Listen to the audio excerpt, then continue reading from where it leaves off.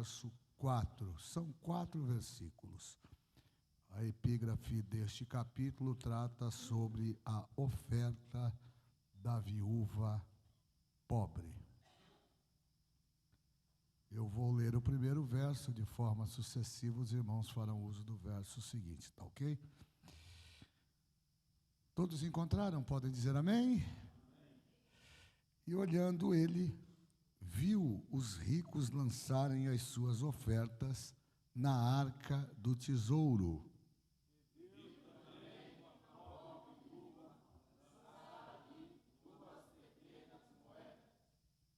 E disse: em verdade vos digo, que lançou mais do que todos esta pobre viúva.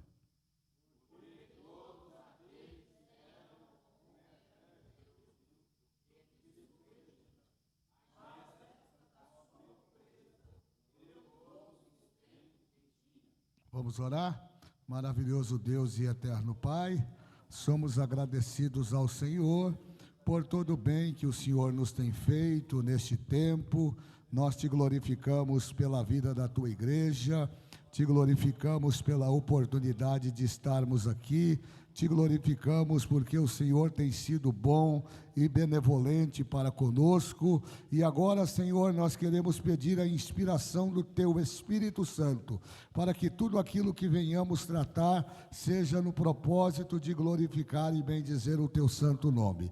Dá-nos o entendimento, a capacidade de absorvermos a Tua palavra, de maneira que o Teu nome venha a ser exaltado e glorificado nas nossas vidas, em nome de Jesus. Amém. Tome assento, glorificando ao Senhor.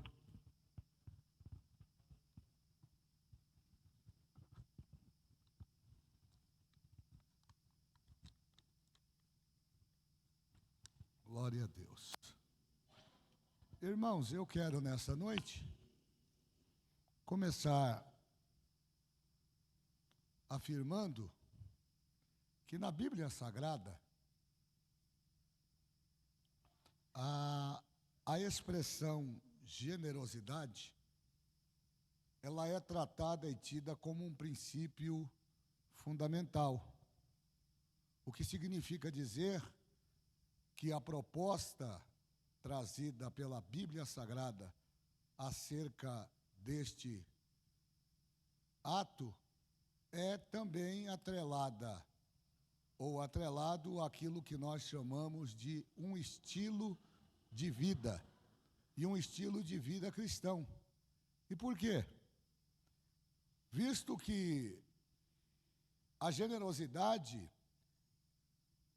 ela nada mais é do que um reflexo de um atributo comunicável de Deus na vida dos homens. Quando nós falamos de generosidade à luz da Bíblia, nós precisamos então afirmar que a generosidade, ela faz parte do caráter de Deus.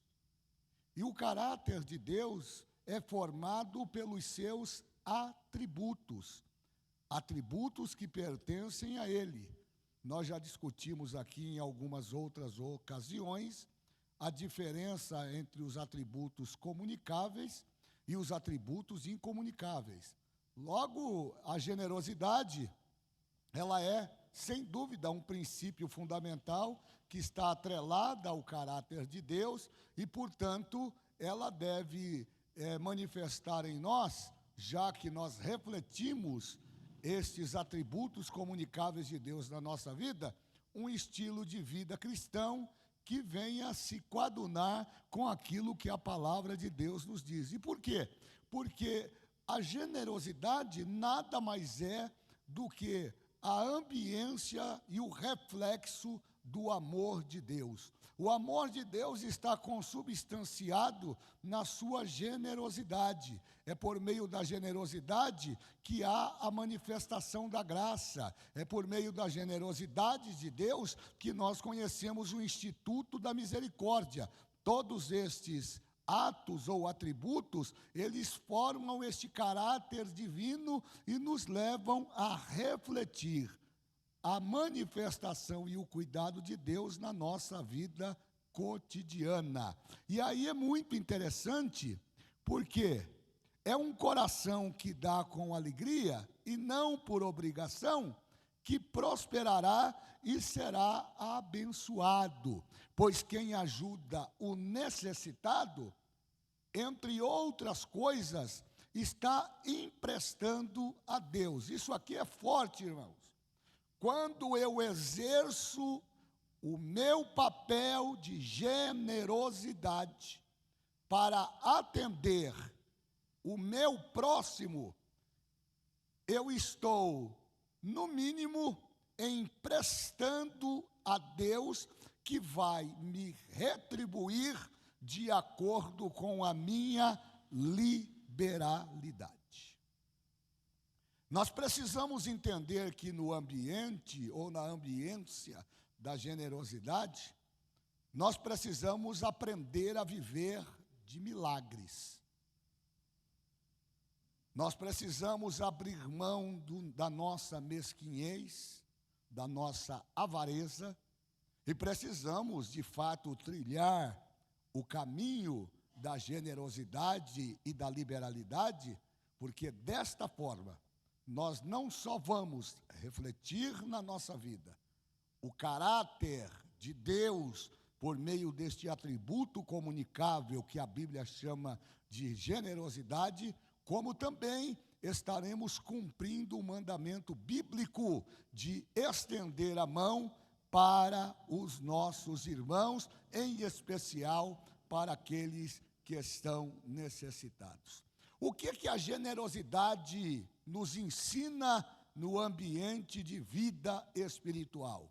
Falar de generosidade nos dias em que nós estamos vivendo, que tudo gira em torno do dinheiro, me parece não ser uma palavra agradável ao ouvido de algumas pessoas. Mas a generosidade, ela deve fazer parte do nosso caráter cristão. A generosidade deve fazer parte da nossa vida espiritual. Nós precisamos aprender a ser generosos e liberais no que tange ao coração aberto para as coisas de Deus, entendendo que tudo que nós temos não é resultado da nossa capacidade, do nosso esforço ou da nossa inteligência, mas é resultado do cuidado de Deus para com a nossa vida. Então, quando nós falamos de generosidade, nós precisamos ter em mente que generosidade, ela manifesta num primeiro plano o caráter divino de Deus. Eu não posso dizer que amo o meu irmão, que sirvo o meu irmão com alegria, se eu não demonstrar isso através de atitudes. Muitas das vezes nós nos limitamos a exercitar as falas e as palavras inócuas, vazias, achando que com isso nós vamos chamar a atenção daqueles que estão à nossa volta. Mas não é isso que a generosidade propõe. A generosidade, ela propõe manifestar nesse ambiente de atributos de Deus o caráter divino de Deus, porque Deus é o maior exemplo de generosidade. Uma vez que todos nós aqui estávamos condenados à morte, todos nós havíamos sido excluídos do propósito de Deus, mas o apóstolo Paulo vai dizer no capítulo 3 da carta aos Romanos, verso 23, que todos pecaram, foram destituídos da glória de Deus, mas o mesmo apóstolo São Paulo vai afirmar no capítulo 6, no verso 23, que o salário do pecado é a morte, mas o dom gratuito de Deus é a vida eterna por Cristo Jesus nosso Senhor. Consubstanciado a esta afirmação, nós vamos encontrar o evangelista João escrevendo um dos maiores clássicos da Bíblia Sagrada, verso 16 do capítulo 3, ele diz: porque Deus amou o mundo de tal maneira. É interessante que o evangelista apresenta Deus expressando uma forma de amor talvez incompreensível à nossa mente e à nossa compreensão. Ele amou o mundo de tal maneira, ele não consegue definir de forma objetiva a grandiosidade desse amor, deste ato de generosidade, de pegar o seu filho, o seu único filho, e enviá-lo à terra para que ele pudesse entregar a sua vida por nós e nos permitir assumir a sua natureza divina por meio da salvação que Ele mesmo nos propiciou. Então, se alguém tem dúvida acerca de generosidade, nós precisamos olhar para a cruz, porque a cruz é o maior exemplo da generosidade de Deus para conosco. Você já parou para pensar que você só está aqui porque Deus te amou primeiro? Deus amou-nos primeiro. É por isso que hoje nós estamos aqui. Alguns de nós seguramente não teríamos nenhuma condição, nenhuma legitimidade para estar aqui, mas o amor de Deus, a generosidade de Deus, a liberalidade de Deus, nos tira do monturo, nos dá um banho de graça, escreve o nosso nome no livro da vida e nos faz assentar entre os príncipes de Deus para glorificar e bendizer o seu nome. Então, entre outras coisas, todas as vezes que a Bíblia falar de generosidade, a Bíblia vai tentar nos orientar a entender que a generosidade, ela tem resultado neste caráter divino de Deus, atrelado aos seus atributos, aquilo que chamamos de atributos comunicáveis. Esses atributos comunicáveis, eles são acessíveis ao homem e eles precisam ser refletidos na nossa vida de maneira que o nosso testemunho possa glorificar e bendizer o nome do nosso Deus. Generosidade não é somente a manifestação do caráter divino em nós, é também um estilo de vida, e um estilo de vida voltado a mostrar a importância que nós devemos dar para este atributo. Ser generoso não é ficar dando dinheiro para qualquer um, mas é não colocar o dinheiro como centro de toda a nossa vida, é entender que o dinheiro é uma consequência da nossa fidelidade, é entender que o sucesso da nossa vida não é resultado da nossa capacidade humana, mas é a manifestação do cuidado de Deus através da nossa vida. Generosidade também pode ser interpretada como prosperidade. E prosperidade pode ser colocada aqui no ambiente de recompensa. Lembram que eu falei no início que quem empresta ou quem usa de generosidade com o seu irmão está emprestando a Deus? Vocês já viram Deus ficar devendo alguma coisa para alguém? Deus não fica devendo nada para ninguém. Irmão Lomanto, será que dá para me dar um retorno aqui? Porque eu não estou ouvindo a minha voz. Generosidade também está atrelada àquilo que nós chamamos de bênção e satisfação. Alguém que é generoso não vive a ambiência da ansiedade. E por quê? Porque aprende a se contentar com aquilo que tem. Nós estamos vivendo um tempo tão difícil que o importante não é o ser, é o ter. E por conta do ter, irmão Léo, nós fazemos coisas que chocam o nosso próprio comportamento dentro do ambiente das relações interpessoais. Pelo desejo de ter alguma coisa, nós somos capazes de alterar o nosso comportamento. Nós somos capazes de alterar o nosso caráter simplesmente para ter a satisfação de adquirir alguma coisa que nos traga uma sensação de alegria ou de realização. Nunca se viu um tempo como esse, em que a roupa, o calçado, é o que nos define diante de uma sociedade consumista. Quanto mais eu tenho, mais eu quero ter. Nós chegamos ao ponto de colocar Deus de lado nesta relação.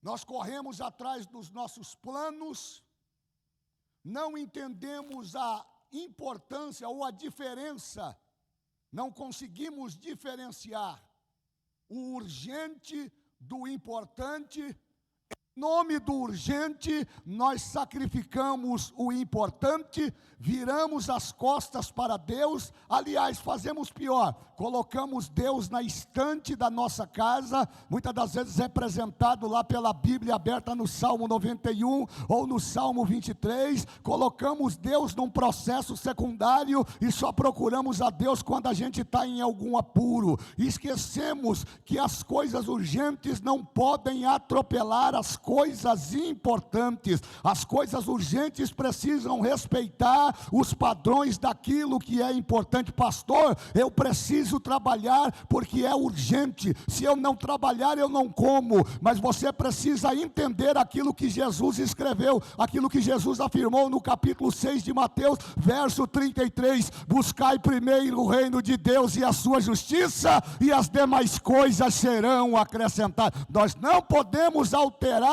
o valor das coisas. É urgente trabalhar, mas é mais importante você estar na presença de Deus e adorá-lo na beleza da sua santidade. Isso, irmãos, é uma questão de compreensão do cuidado de Deus para com a nossa vida.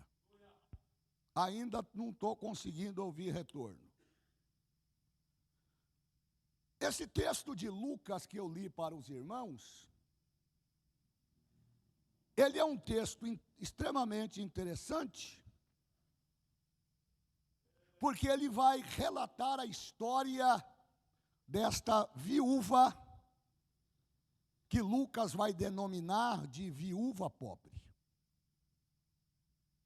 Esse episódio que eu li aqui em Lucas, ele também está relatado nos demais evangelhos, pelo menos no evangelho de Marcos, não é?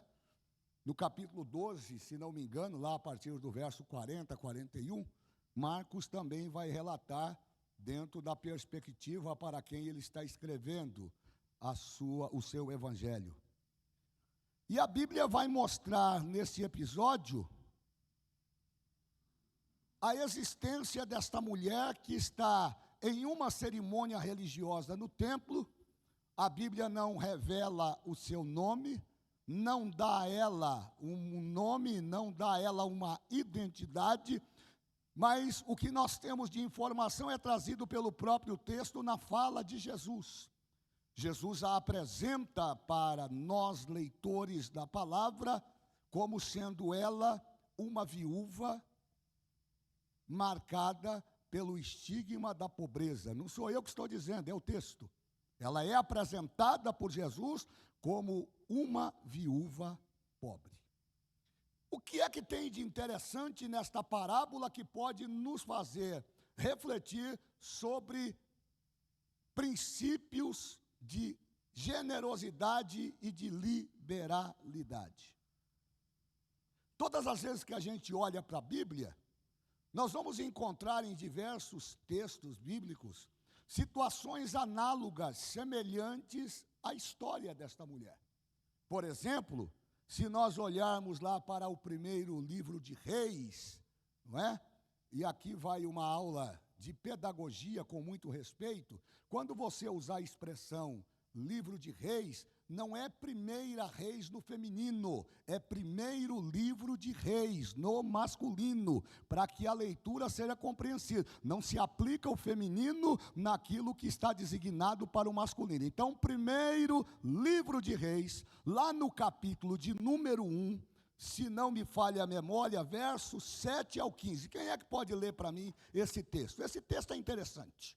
Esse texto vai contar a história de uma mulher que viveu uma situação análoga à da viúva pobre. Quem é que pode ler? Só que tem que correr porque o meu horário não espera. Primeiro livro de Reis, capítulo 1, primeiro Reis, capítulo 17, verso 15. Capítulo 17, verso 15. E foi ela e fez conforme a palavra de Elias. E assim comeu ela e ele e a sua casa muitos dias. Então essa é a história da chamada viúva na cidade de Serepta. Tem um outro texto que eu gosto muito, diz o texto aqui que ela fez conforme a palavra do profeta Elias, e eu não vou entrar aqui na exegese do texto em função da exiguidade do tempo, mas a gente já conhece. O Elias aparece, pede água para ela dá água, aí Elias pede alguma coisa para comer, e ela diz que o que ela tem para comer é um bocadinho de farinha lá, que ela vai fazer um bolo, para que ela coma como última refeição dela e do seu filho. A sua fé é testada, e quando a fé desta mulher é testada, Elias diz para ela: faz um bolo pequeno para mim. Eu gosto do texto porque o texto é autoexplicativo. Elias não pediu tudo, mas ele pediu: faça um bolo pequeno para mim. Essa palavra pequeno tem muito significado e muita singularidade na aplicação desta passagem bíblica, porque Elias está dizendo para ela: eu quero ver no ambiente da generosidade se você consegue compreender o que está acontecendo aqui. Estou falando de um período de privação, que não tinha comida, e que a mulher declara que o que ela tinha dentro de casa era para fazer a última refeição, e depois daquela refeição ela não sabia mais ou não saberia mais o que fazer. Aí o profeta vem na contramão da lógica, da história, da racionalidade, e diz para ela: faz um bolo pequeno primeiro para mim. Parece que ele não tem coração. Que profeta egoísta, que profeta morto de fome. Se fosse algum de nós dizer que profeta mal educado, mas o profeta sabia o que estava dizendo. Aquela mulher estava vivendo de gravetos, e Elias estava dizendo para ela: hoje eu vou ensinar a você a parar de viver de gravetos e aprender a viver de milagre. Agora, qual é o segredo do milagre? É a generosidade e a liberalidade. Primeiro, a generosidade, o desejo de dar e de abençoar sem esperar alguma coisa em troca. Ela não teve medo, não tutubiou, foi lá, fez o bolo e entregou para o profeta, e quando ela voltou a liberalidade se manifestando e o nome de Jesus sendo glorificado. Então esse é o primeiro texto que nos mostra que quando há generosidade associada à nossa fé, a manifestação e a liberalidade, elas se manifestam de forma conjunta para glorificar o nome do Senhor. O outro texto que eu gosto muito, segundo o livro de Reis, capítulo 4. Vamos dar uma olhadinha lá, alguns versículos, só para a gente conversar aqui. Segundo o livro de Reis, capítulo 4. Estou falando de algumas personagens na Bíblia, algumas mulheres que se identificam com esta viúva. Segundo o livro de Reis, capítulo 4. Alguém encontrou aí? E uma mulher das mulheres dos filhos dos profetas clamou a Eliseu dizendo: meu marido, teu servo, morreu, e tu sabes que o teu servo servia ou temia ao Senhor. Essa leitura bíblica se atrela possivelmente à esposa de Obadias. Há uma ideia quase que conjunta de alguns teólogos pós-modernos que caminham nessa ideia de que esta seria a esposa de Obadias. Quem foi Obadias? Obadias foi alguém que teve um papel de importância no reinado de Acabe, quando pela palavra de Elias, lá no capítulo 1 de Reis, Elias ordenou que por 3 anos e meio não haveria chuva naquela região de Israel, e assim como Elias determinou, assim aconteceu. Percebam que Elias não invoca o nome de Deus, mas ele invoca a autoridade e a unção de Deus sobre o seu ministério. Segundo a minha palavra, segundo a minha palavra. Perceba que no ambiente da generosidade existe aquilo que nós chamamos de autoridade. Elias era alguém que se identificava e entendia o que era ser generoso e o que era ser liberal, e Deus gosta disso. Deus gosta de exercitar a nossa fé para nos tornar dependentes não da nossa capacidade, mas dependentes do seu amor e da sua providência. Então ele havia profetizado, e a Bíblia diz que por 3 anos e meio não caiu uma gota de água sequer.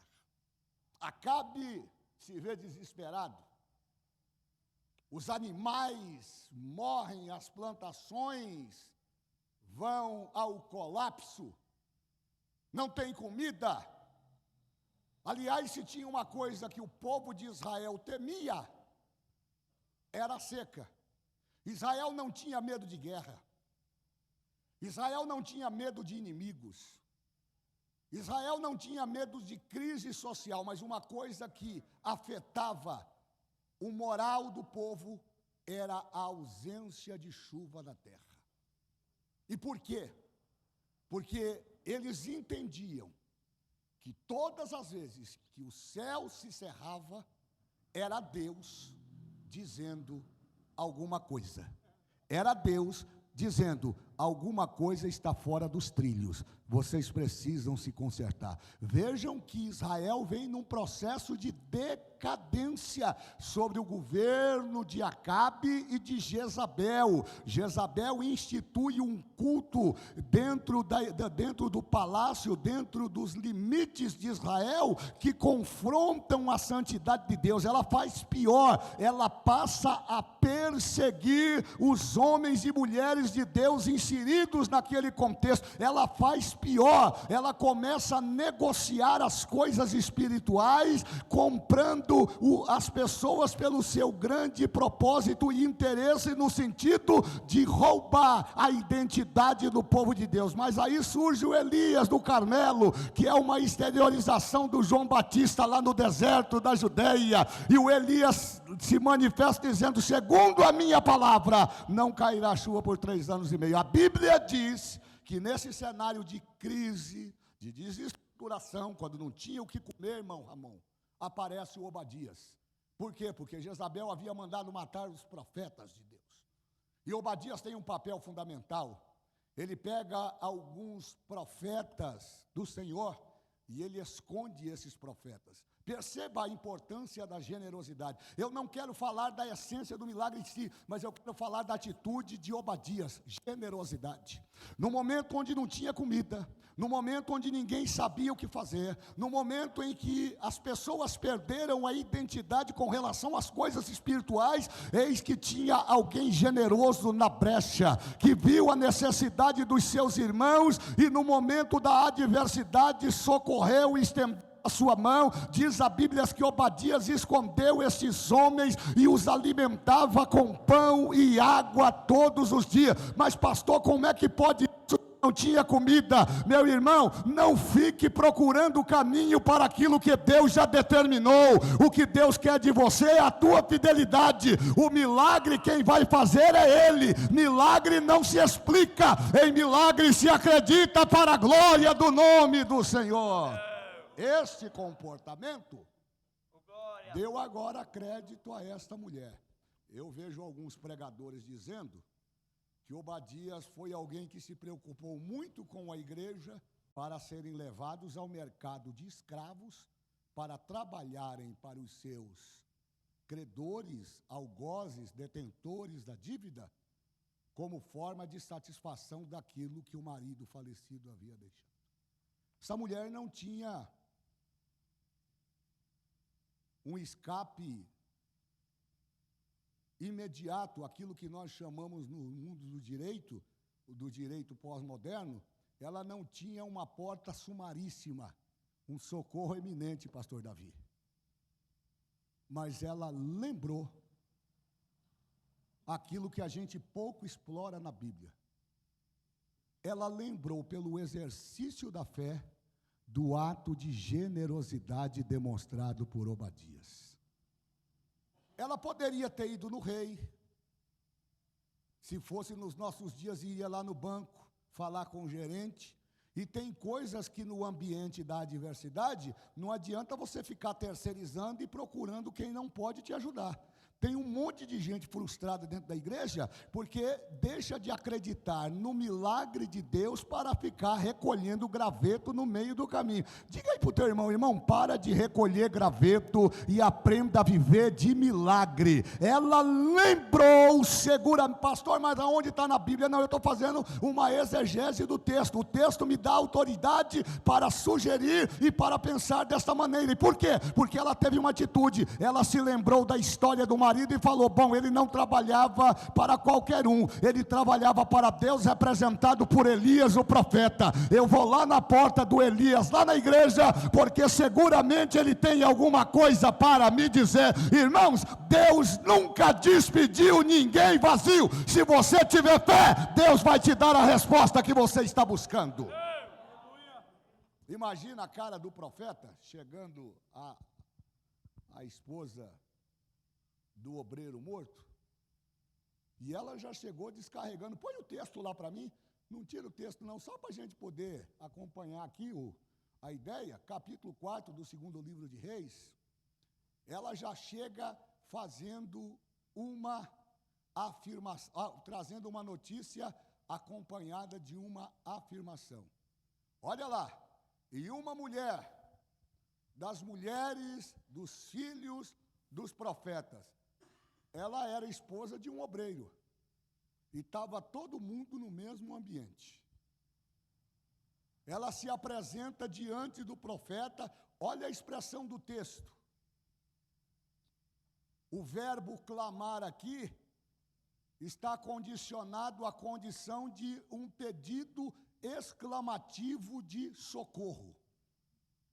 Numa linguagem coloquial, ela chegou de forma incisiva. O clamar aqui é o sentido de que ela chega pedindo socorro. Afinal de contas, nós estamos falando de uma mãe que está prestes a perder os seus 2 filhos para o credor por conta de uma dívida que, em tese, ela não teria contraído. Você acha que ela vai abrir mão do seu filho, da sua filha, simplesmente? O senhor sabe que tem um probleminha aqui? Não, ela chegou clamando. E ela chegou ao profeta Eliseu clamando. Ela chega para o profeta Eliseu fazendo uma autoafirmação. Olha lá, eu não estou conseguindo enxergar daqui, dizendo: meu marido, teu servo. O que aconteceu com ele? Meu marido, teu servo, morreu. Diga comigo, morreu. Ele morreu mesmo, irmão, morreu de morte morrida. O grande escritor C.S. Lewis, ele diz, escute isso, C.S. Lewis diz assim: morra antes de morrer, porque esta será a sua última ou única oportunidade. Se você quer ter relacionamento com Deus, você precisa morrer para as coisas do mundo, porque a morte seguramente vai te alcançar. E se você perder a oportunidade de morrer para as coisas do mundo, seguramente você vai perder aquilo que seja mais importante, a sua própria salvação. Então esse homem morreu. E aí o texto vai dizer que ela traz a memória de Eliseu. Rapaz, eu acho isso aqui interessante. Ela diz para Eliseu: e tu sabes. Não foge não, profeta. Se tem alguém aqui que pode dar testemunho pelo meu marido, é o Senhor. Assim como Elias lhe chamou para a continuidade desse ministério, e o Senhor continuou, estou agora com esse problema, e o meu marido morreu. E tu sabes que ele, o teu servo, temia ao Senhor. O Eliseu é impactado por essa notícia quando ele descobre que, de fato, o credor vinha para buscar o filho, e segundo o rito da lei naquela ocasião, era isso que deveria acontecer. Vamos ver o verso 2. Vamos ver o verso 2. E Eliseu lhe disse, eu gosto disso. Eliseu não poderia perguntar, pregador Adriel, você não tem nenhuma reservinha lá não? Que mulher prendada, gosta de guardar uns trocadinhos. Lá em casa até hoje isso é assim. Se você chegar na casa da minha mãe, ela tem sempre umas moedinhas lá, Wesley, para comprar o pão. A gente despreza as moedas, mas ela não. Mas aqui não é o caso. O Eliseu pergunta para ela, o que é que a senhora tem em casa? Aí a resposta que não quer falar: declara-me o que tens na tua casa. Hoje o Espírito Santo pergunta a você: o que é que você tem na sua casa? Mas não é na sua casa habitação, é no seu coração. O que é que você tem aí? Que tipo de ação está regendo a sua vida? Você está sendo regido por um espírito de generosidade ou por um espírito de mesquinhez, aquele espírito que das vezes traz uma preocupação, o espírito de avareza? Olha a pergunta do profeta: o que é que a senhora tem em casa? Me declara o que é que a senhora tem na sua casa. E ela disse: tua serva não tem nada. Podia parar por aqui, né?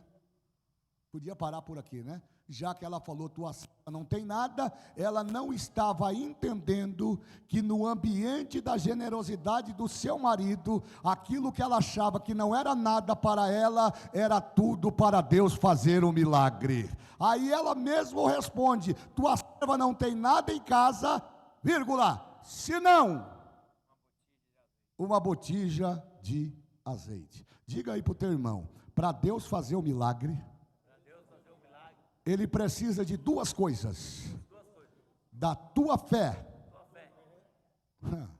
Eu vou repetir, diga para ele: da tua fé e daquilo que você tem nas tuas mãos.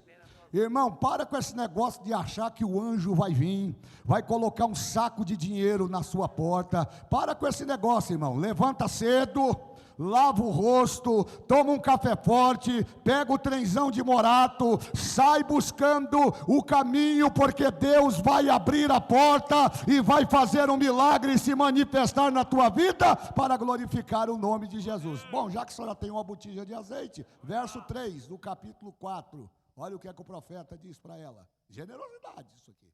Então disse ele: vai, pede para ti vasos.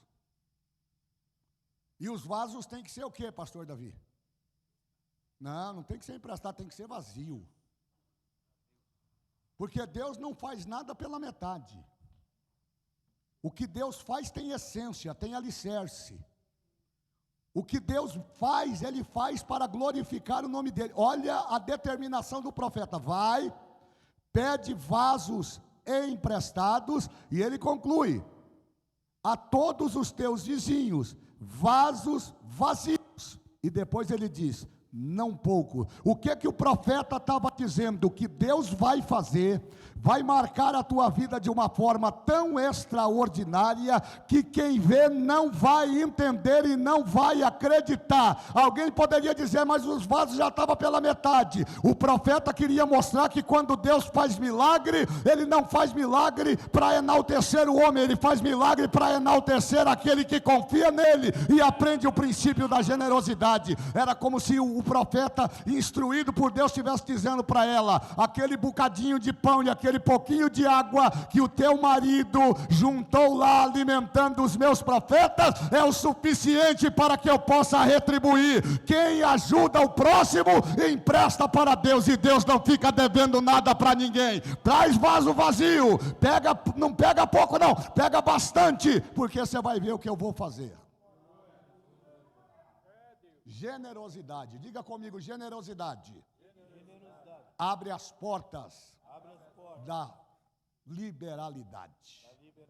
Deus liberou, irmão, o negócio. Deus liberou. Verso 4. Eu não comecei nem a falar ainda.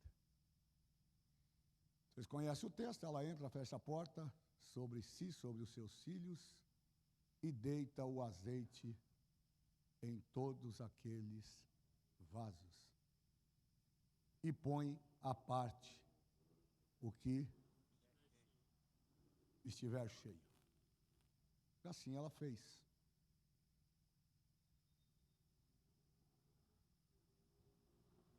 Eu já contei para vocês aqui talvez eu não consiga concluir, mas eu gosto de contar as minhas experiências. Eu me lembro que uma vez aqui eu pincelei essa experiência que eu tive.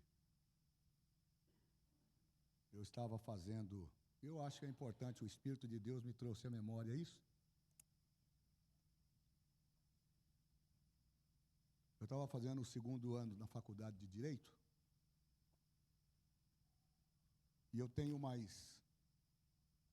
5 irmãos. Tem a Ruth, depois da Ruth o Daniel, o Silas, o Jorge Paulo e a Laodiceia.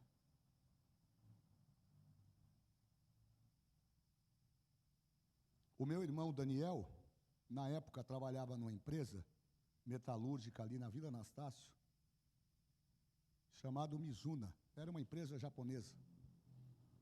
E o sonho dele, pastor Emanuel, era ser engenheiro mecânico. E o Daniel, dos irmãos, ele sempre foi o mais estudioso, Elias. Ele era aquele filho, irmão Valdir, mais chegado da mamãe. Ele aprendeu a cozinhar primeiro que a gente. Ele, quando levantava, ele era organizado. Ele levantava, ele arrumava a cama dele. Ele não deixava as coisas dele jogadas. Então, naquela ambiência de cuidado de mamãe, ele tinha alguns privilégios, Davi, que nós não tínhamos. Bom, o fato é que ele trabalhava na Vila Anastácio e eu trabalhava como contínuo lá na Avenida Angélica, no escritório de advocacia. Foi dali que saiu o desejo de fazer o direito. E o Daniel conversou com o gerente daquela empresa japonesa, e o gerente japonês gostava muito dele e falou: eu vou colocar você na faculdade. E colocou mesmo. Daniel foi estudar na Universidade Mogi das Cruzes, lá em Mogi.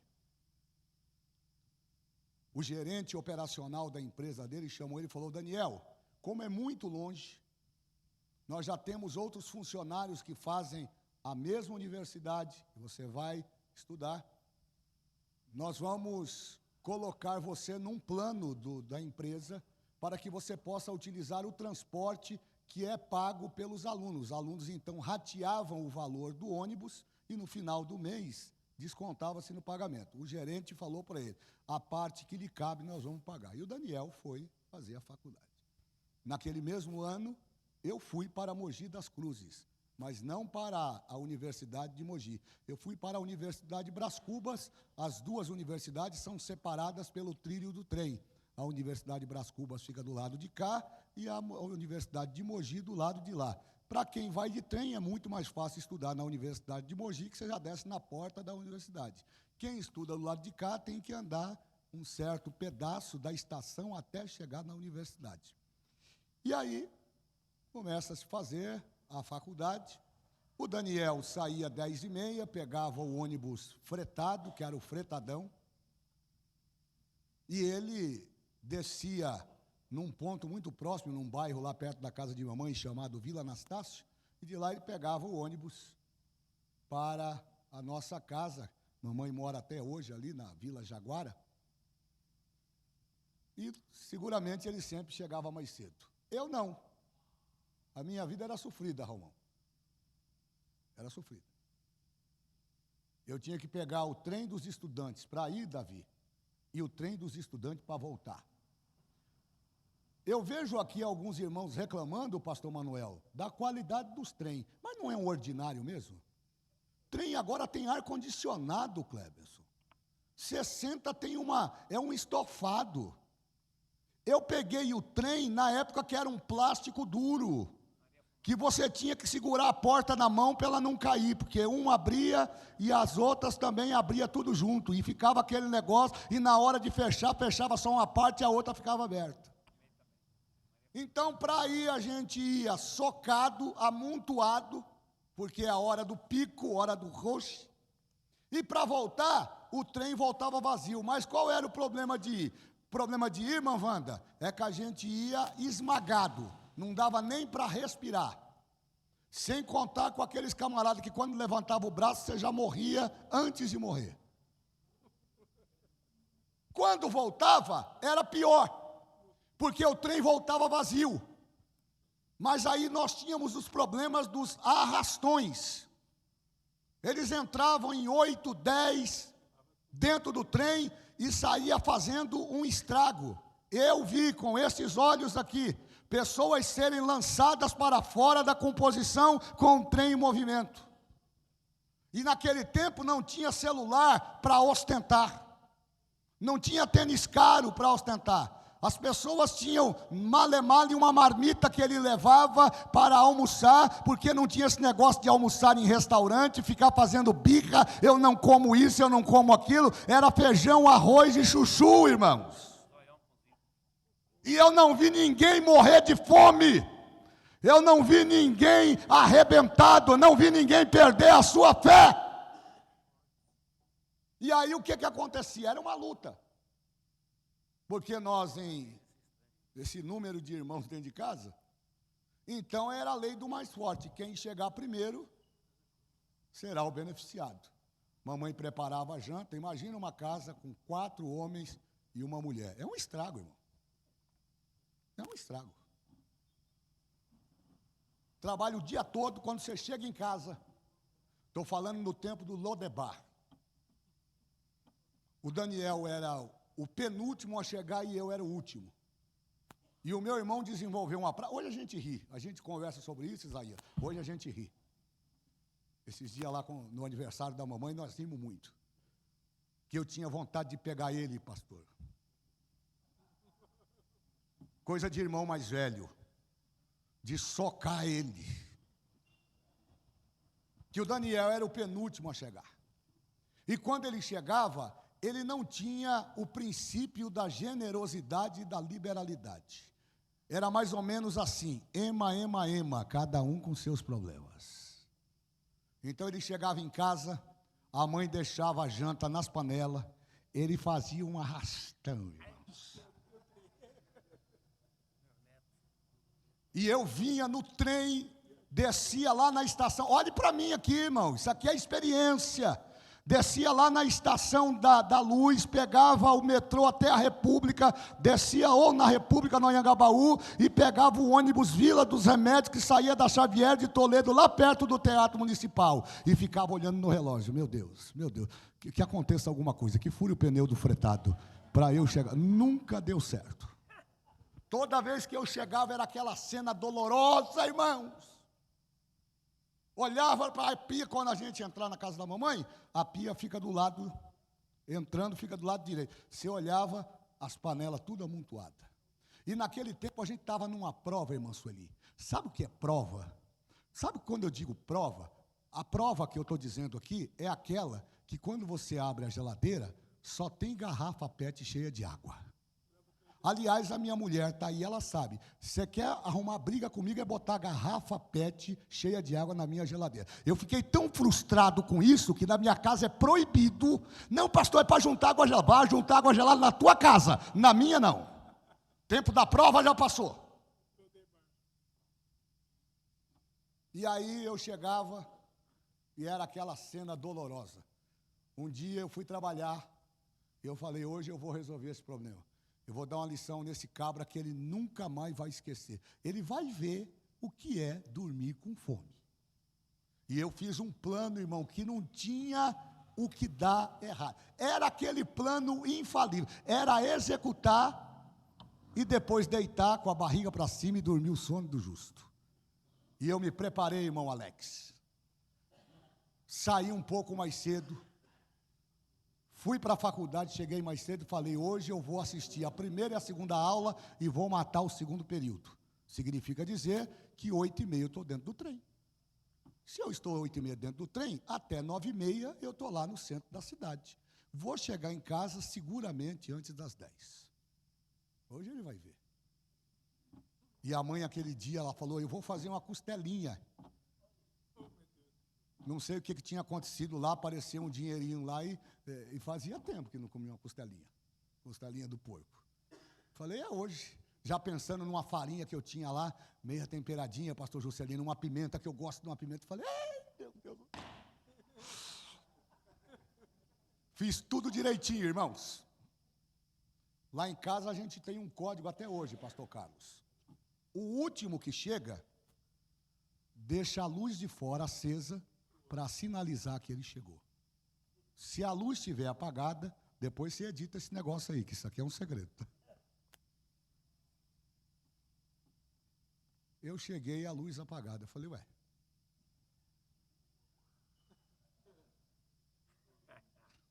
Já veio o coração, né? Falei, não é possível, meu Deus do céu. Aí eu já comecei, na rua, eu já comecei a repreender. Satanás, você está repreendido. Você está repreendido. Ele só vai chegar aqui 10h40 e olhe lá. Meti a chave no portão, primeiro portão. Segundo portão, Ramon. Meti a chave na porta, a mamãe já dormindo. Quando eu abri, que eu olhei para a pia, aquele amontoado de panela.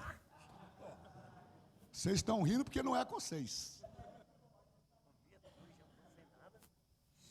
Eu nem tive reação, eu acho que nem os livros eu larguei da mão. Eu fui para dentro do quarto. Nós dormíamos em beliches.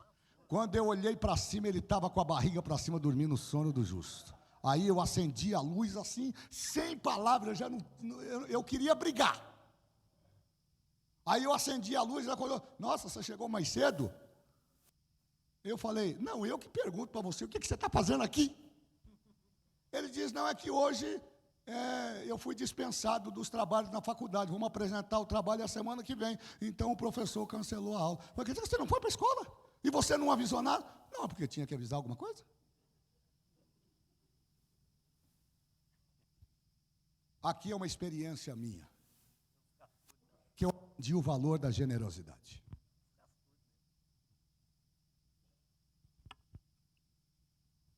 Eu fui para a cozinha, sentei numa cadeira que a mamãe tem até hoje lá, e fiquei olhando para a nossa geladeira. E fiquei pensando comigo, Senhor, eu sou dizimista, eu cumpro com as minhas obrigações, eu tenho procurado ajudar o próximo, talvez não como eu compreenda, mas eu tenho feito isso com o meu coração liberal. Por que é que eu estou passando por essa prova?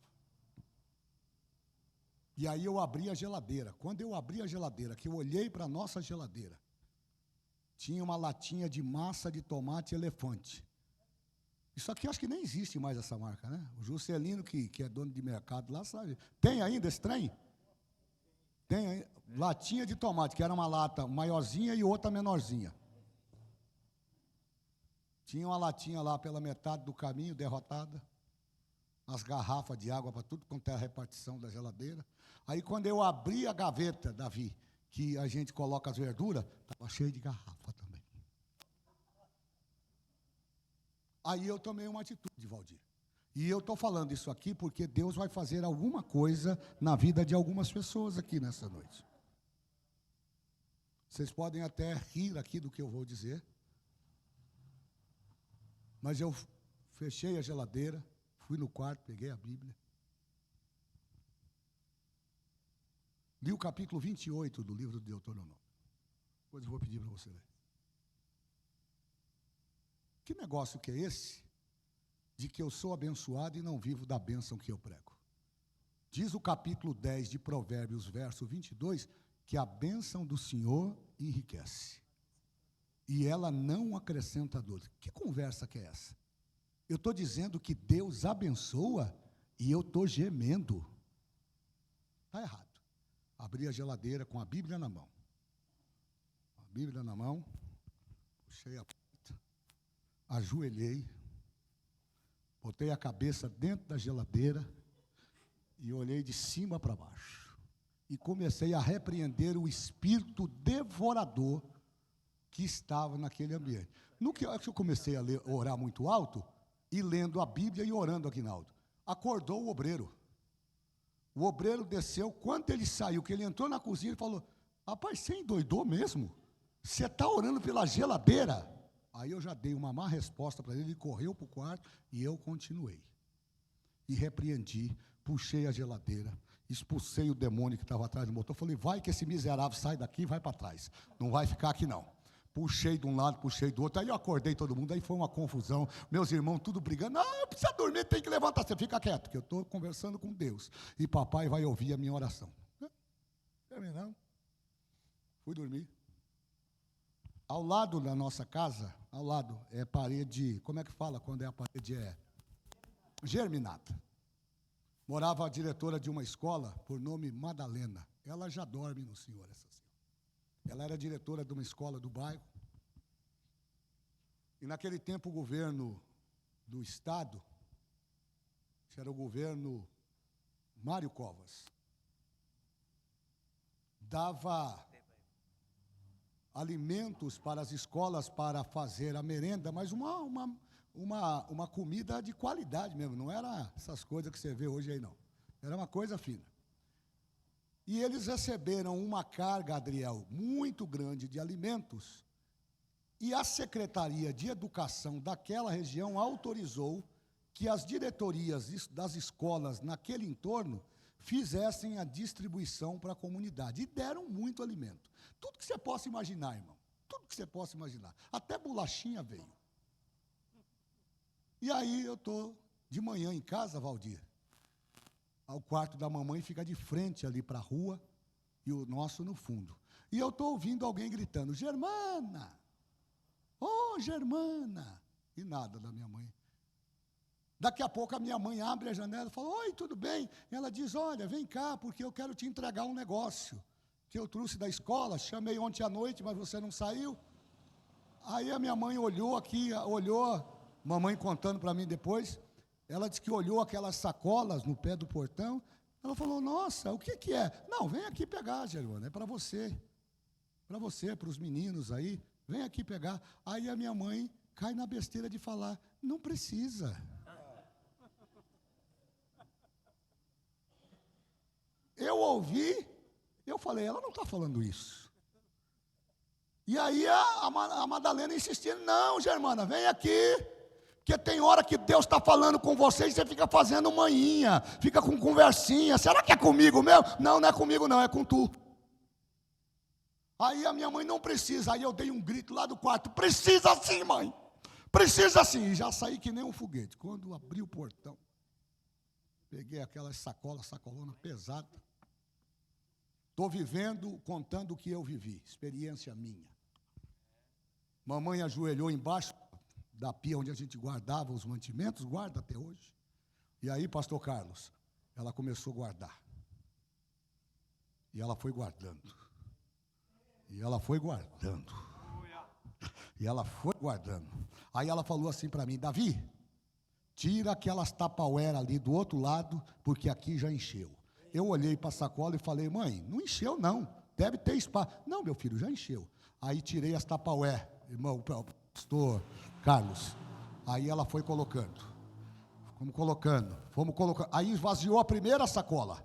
Aí quando abriu a segunda sacola, tinha leite, aquele leite em pó, aquelas latonas, leite em pó, Glória, que era aquelas coisas de escola mesmo, né? Bolacha, era bolacha doce, bolacha salgada, bolacha recheada, tinha maisena, tinha farinha de trigo, e aí foi socando. Aí ela falou para mim, já está aí, eu falei, mãe, aqui não dá mais, então tira as coisas do fogão, que a mulher gosta de colocar assadeira, arrancamos as coisas do fogão, e aí jogou tudo debaixo do chão, ali debaixo das mesas, e foi socando dentro do fogão, foi socando. Aí eu falei, mãe, agora aqui já também não dá mais. Aí ela falou assim, vamos ver qual que tem nessa outra sacola. Aí quando abriu a sacola, tinha salsicha, tinha frango, tinha carne moída, tinha até uns pezinhos de frango que eu gosto até hoje, irmão. Oh, meu Deus, que coisa boa. Aí ela falou para mim, isso aqui é perecível, isso aqui tem que ir para a geladeira. Aí foi colocando na geladeira, encheu a primeira, encheu a segunda, encheu a terceira. Aí, meus irmãos, escute, aguenta aí. Ela falou assim para mim, meu filho, e aquele outro pacote lá? Eu falei, mãe, não vamos nem abrir, porque já não tem mais onde colocar. Aí ela falou assim para mim, não, vamos abrir. E quando nós abrimos, tinha mais uma quantidade de alimentos. Aí ela disse assim para mim, esse aqui nós vamos pegar e nós vamos levar para a família do Roderley, que era o vizinho do outro lado. Aí eu falei assim, não, mãe, mas não precisa. A família do Roderley, eles têm, vamos levar. Veja que a mesma pessoa que 20 minutos atrás estava dizendo não precisa, estava agora sendo movida por um espírito de generosidade. Aí eu entendi que Deus estava trabalhando. Falei, mãe, vamos fazer o seguinte, vamos fazer uma oração aqui, porque a partir de hoje, Todas as vezes que Deus nos abençoar, nós seremos fiéis ao Senhor. Aleluia. Nós seremos abençoados para nos tornarmos abençoadores. Alex, eu fiz uma oração tão pentecostal que se tinha algum resquício de Satanás, de migrador, de destruidor, de devorador, seja lá qual é o nome que você queira dar para esse miserável, eles bateram em retirada. Eu fiz 58 anos em maio agora. Nunca mais. Diga comigo, nunca mais. A geladeira da mamãe ficou vazia. Nunca mais a despensa da mamãe ficou vazia. Irmã Flávia, pode não ter para desperdiçar, mas tem com abundância para comer, para ser abençoado e quando precisa para dar também para quem precisa. O princípio da generosidade é primeiro dar, primeiro você dá, depois você recebe e o nome de Jesus é glorificado na sua vida. Quero convidar vocês para alguns textos bíblicos e a gente termina aqui. Eu não consegui falar nada. Eu parei aqui no Eliseu, lá na viúva, na Sulamita, lá do capítulo 4.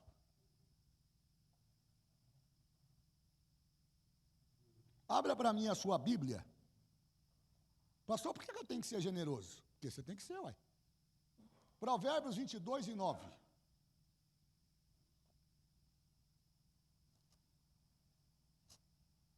Se alguém puder ir lendo para a gente ganhar tempo aqui. O que é de bons olhos será abençoado, porque deu do seu pão ao pobre. Leia novamente, pastor Carlos, para ficar clara a leitura. O que é de bons olhos será abençoado. O que é de bons olhos será abençoado. Preste atenção no que está dizendo o sábio Salomão. O que é de bons olhos, o que é bom para você, de bons olhos, é abençoado. E o que mais? Porque deu do seu pão ao pobre. Porque deu do seu pão ao pobre. Não pegue aquilo que não é bom aos teus olhos para dar para os outros. É mais ou menos aquilo, quilo na igreja. Vai no mercado, dá um nome de arroz aí para mim, irmãs. Arroz top, top. Prato fino. Prato fino, que de fino não tem nada, tem de caro. Agora me dá o nome de um arroz aí, Tabajara. Por quê? Esse é ruim mesmo? É o pior? Aí eu vou para a ceia. Não, escuta aqui, olha aqui para mim, olha aqui um bocadinho para mim. Aí eu vou para o mercado. Olha aqui, irmã Ana, olha aqui, isso aqui é pedagógico. Eu vou para o mercado. Pego o carrinho. Aí quando eu chego na fila do arroz, o Espírito Santo fala para mim, já pegou tudo? Peguei, senhor. E o quilo pro irmão? Aí eu olho para o carrinho, rapaz, prato fino. Trintão, tá agora? Eu não tenho... Quem cuida disso aí lá em casa é a Elaine. Quanto que está esse negócio aí? Quanto está o prato fino, irmã? Vocês não sabem o preço do prato fino? 35, vai, 35, 40. Aí eu olho para o prato fino, e quanto é que está o Guacil 2 aí que o Elias falou? Está quanto? 22. Eu olho para o prato fino, rapaz, 35 é por quilo, vai o Guacil. Olha o que é que o sábio Salomão está dizendo. O que é de bons olhos será abençoado. Aliás, Jesus diz que os olhos são a candeia do corpo. Tudo começa pelos olhos. Se você pega aquilo que é bom para abençoar o teu próximo, tudo que você colocar a tua mão vai ser abençoado. Porque é que a gente quer pegar o prato fino para comer na nossa casa, mas quando a gente pensa em estender a mão para o nosso irmão, a gente pode pegar o de pior qualidade. Não dê o resto para Deus. Coloque Deus como primazia, coloque Deus como primeiro, e Deus vai honrar a tua fé e vai glorificar o nome de Jesus através de você. Atos dos Apóstolos, capítulo 20, verso 35. Depois alguém leia para mim, segunda carta de Paulo aos Coríntios, capítulo 9, versos 6 e 7. Quem é que pode ler para mim? Tenho-vos mostrado em tudo que, trabalhando assim, é necessário auxiliar os enfermos e recordar as palavras do Senhor Jesus, que disse: mais bem-aventurada coisa é dar do que receber. Por que você só quer receber e na hora de dar você fica com conversa?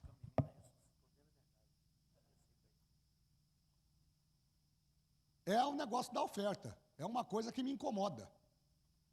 Isso sou eu. É uma deficiência minha. Na hora da oferta, e principalmente no púlpito, o púlpito tem que acabar com esse vício. Na hora da oferta, o obreiro entra em espírito de oração. Na hora de você orar. Na hora de você contribuir. E você tem que ser o exemplo.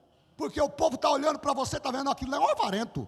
Na hora da oferta, ele fica dando uma de espiritual. Não é hora de você dar de espiritual, não. É hora de você meter a mão no bolso e contribuir. Porque a Bíblia diz que melhor é dar do que receber. E quando a gente faz com liberalidade e generosidade, Deus honra a nossa fé.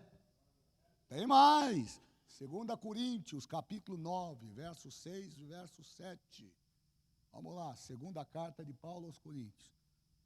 9 e 10 eu tenho que parar. E digo isto, que o que semeia pouco, pouco também ceifará. E o que semeia em abundância também ceifará. Verso 7. Cada um contribua segundo propôs no seu coração, não com tristeza ou por necessidade, porque Deus ama ao que dá com alegria. 3 princípios, Lucas. Primeiro, contribuir segundo o que propôs no seu coração. Olhe para mim aqui. Isso aqui é didático, é pedagógico. Deus não quer que você faça sacrifício de tolo. Não é para você pegar a tua casa, a não ser que Deus mande. Porque se Ele mandar, Ele se responsabiliza. Como eu vejo alguns neófitos fazerem, e depois vão procurar a justiça para processar a igreja e processar o pastor. A ideia de contribuir segundo o que está no coração está atrelada à sua capacidade de entregar voluntariamente aquilo que está trazendo satisfação no seu coração. Exemplifico. A maior ilustração da minha afirmação é a oferta desta viúva. Ela pega 2 moedas. A história dessas moedas é interessante, porque o valor nominal dessas moedas era diminuído. Ela era uma fração do denário romano, que era a moeda corrente para pagamento das atividades e dos salários no governo romano. Essas 2 moedas, elas receberam um nome bastante interessante, eu acho que eu até marquei aqui, só para a gente pontuar isso. Não é denário, pastor. Essas 2 moedinhas da viúva aqui chamam-se leton, que vem lá do original grego, que quer dizer pequeno. Elas eram 2 pequenas moedas, cuja confecção delas tinha uma característica. Ou era uma cor esbranquiçada, neutro, era aquela coisa insignificante aos olhos humanos, não é? Insignificante do ponto de vista do dinheiro romano, cuja maior força estava no denário. E ela equivalia, do denário, um percentual de 1,12 do valor do denário. Então, o valor nominal do denário o dela era 1/12 abaixo, ela não tinha significância. E se faz justo a declaração do texto, porque essa mulher não detém posses, Adriel. O texto diz que ela era pobre, o que significa dizer que ela estava segurando aquilo que a sua condição financeira lhe propiciava viver naquele tempo. Só que aí chega na hora do culto, e na hora do culto, os religiosos sacam, vamos usar aqui a linguagem ocidental, sacam as carteiras, saca o cartãozão black, faz questão de ficar com o cartãozão levantado, para o irmão, até o irmão da máquina vir, para todo mundo ver que ele vai dar uma oferta.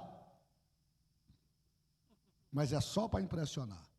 E aí na fila entra a viúva. Eu gosto do texto, porque a história bíblica vai dizer, pastor Aguinaldo, que 3 dias depois, Jesus ia ser crucificado. Ele já sabia disso. Como alguém que já está sabendo que daqui 3 dias vai morrer, pôde se atentar para a oferta de uma viúva pobre. O texto diz 2 vezes, se não me engano, no verso 1 e no verso de número 2 ou 3, dá uma olhada para mim aí, Adriel, a expressão Jesus viu. Irmão, dá uma olhada aí para esse crente que está do outro lado e diga assim: Jesus está vendo. Ele está vendo tudo. Irmão Cleberson, Jesus está vendo. O texto afirma, não foram os discípulos, não foi o sacerdote, não foi o sumo sacerdote, não foram os escribas, não foram os essênios, não foram os fariseus, não foram os saduceus, foi Jesus. Jesus está num ponto estratégico e ele vê lá na fila e vê lá na porta do gasofilácio. Engraçado que Jesus viu ela colocar 2 moedas que eram pequenas, cuja cor era uma cor opaca, não era algo para ser perceptível, era diferente do denário que brilhava. E ela pega aquelas 2 moedinhas pequenas e ela vai lá e deposita no gasofilácio, e Jesus viu aquilo. Aí Jesus dá uma aula de generosidade. A pergunta é clássica, verso 4. E viu também uma pobre viúva lançar ali 2 pequenas moedas. Pode deixar lá no 4, meu filho. Pode deixar no 4. Porque todos aqueles, olha o que Jesus esclarece ali. Porque todos aqueles que deram como oferta de Deus, ou melhor, porque todos aqueles deram como oferta de Deus do que lhes sobrava. Ninguém deu daquilo que era a sua fonte de necessidade. Isso me faz pensar naquele encontro, pastor Manuel, que Jesus teve com o jovem rico. O problema do jovem rico não era as suas propriedades, porque ele chega se apresentando a Jesus como um crente fiel ao Senhor. Sou guardador da lei, sou dizimista fiel, e tem mais, conheço os mandamentos. Jesus falou: é mesmo? Que legal. E aí, o que você quer? Não, eu quero saber o que eu preciso fazer para te servir. Aí Jesus dá, é corte Tramontina, irmãos. Vende tudo que tem, distribui entre os pobres, pois volta e me segue. Qual era o problema quando aquele moço ouviu aquilo? O problema não eram as propriedades que ele tinha. O problema era aquilo que estava no coração dele. Será que o senhor não podia pedir uma coisa mais fácil para mim, não? A riqueza dele não estava atrelada somente ao patrimônio que ele havia construído, foi pior, a riqueza dele estava dentro do coração, ele não conseguia se libertar daquilo, ele então vivia daquilo como um ambiente de necessidade. O que eu vou fazer se eu ficar pobre? O que eu vou fazer se faltar amanhã? Jesus nos ensina no Evangelho de Mateus: não andeis ocioso, pelo que há vez de comer, pelo que há vez de beber, ou pelo que há vez de vestir. Deus é aquele que cuida do teu presente, Deus é aquele que cuida do teu futuro, e Deus é aquele que confirma a boa obra das suas mãos na sua vida. Então, a declaração de Jesus, deixa lá, Valdir, para mim concluir.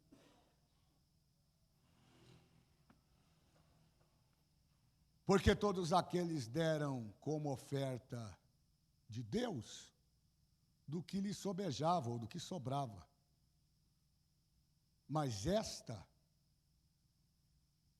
deu da sua pobreza, meu Deus, isso aqui é muito forte.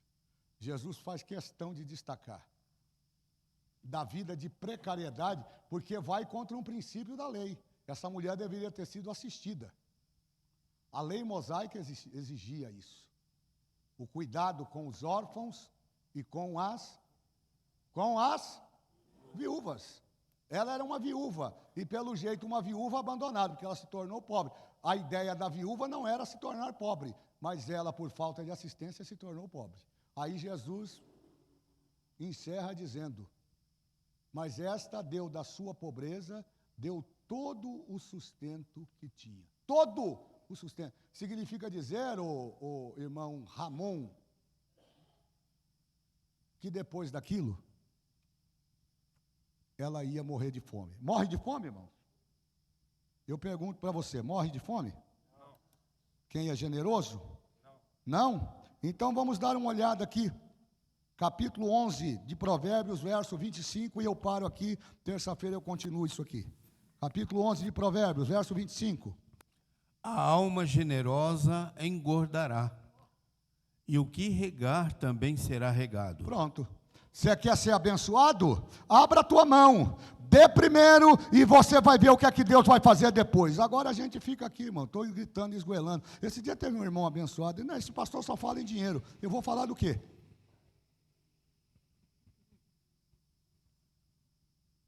E o outro que diz para mim assim: eu tenho uma ideia para o senhor recolher dinheiro. Diga a sua ideia, se tiver efetividade, vamos colocar em prática. Não, eu só tive a ideia, ainda não terminei. Então você não terminou, então não fale.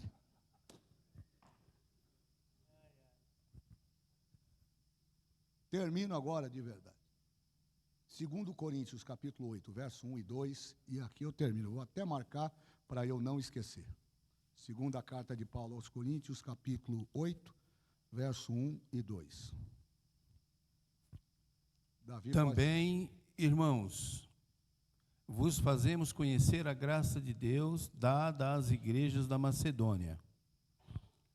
Como em muita prova de tribulação, houve abundância do seu gozo, e como a sua profunda pobreza superabundou em riqueza da sua generosidade. Pronto. De qual igreja que ele está falando? A igreja da Macedônia. Essa igreja não tinha condições financeiras de aportar o que eles aportaram para socorrer a igreja de Jerusalém. Vamos analisar aqui do ponto de vista textual, bíblico. Qual era a igreja mais estruturada? A de Jerusalém ou a da Macedônia? Responda aí para mim rápido. A de Jerusalém. Quem concorda que seria de Jerusalém, levante a mão. E quem concorda que seja da Macedônia, levante a mão. Olha que indecisão. Ô, professor de teologia, e aí, diz aí para mim, qual que era a igreja mais estruturada, Jerusalém ou lá da Macedônia? A de Jerusalém. Mas essa oferta levantada pela igreja da Macedônia é para socorrer a igreja lá em Jerusalém. Ou seja, o menor abençoando o maior. Nós não podemos inverter o polo. É o menor que abençoa o maior. Não, pastor, é o maior que abençoa o menor. Na ótica de Deus, o menor abençoa. Olha o que está dizendo o texto. Estava em profunda pobreza, talvez a ideia aqui de limitação, de dificuldade, mas superabundou em riqueza da sua generosidade. Significa dizer, nós não temos nada, mas o que nós temos nós vamos dar com alegria, e Deus vai glorificar o seu nome através da nossa fé. Vamos estar em pés, eu quero cantar com vocês.